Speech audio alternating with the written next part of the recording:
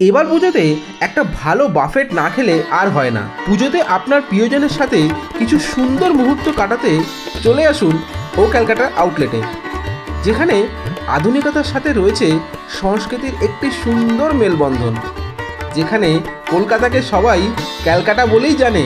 আইটেমে আছে আচারি পনির টিক্কা, মোচার গরম গরম চপ, খেয়েছেন চিংড়ির স্যালাড, ঘুগনি চাটও আছে, স্টার্টারের মাটন চপ জাস্ট ফাটাফাটি, আর মুরগির রোস্ট যেন মুখে লেগে থাকবে।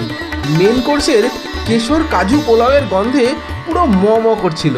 বাঙালির হিং দিয়ে ছোলার ডাল আর আলুর দমের কোনো তুলনাই হয় না। থাকছে বরিশালের চিংড়ি দিয়ে সুস্বাদু পোলাও, প্রায় 1.5 হাত কলকাতা ভেটকি।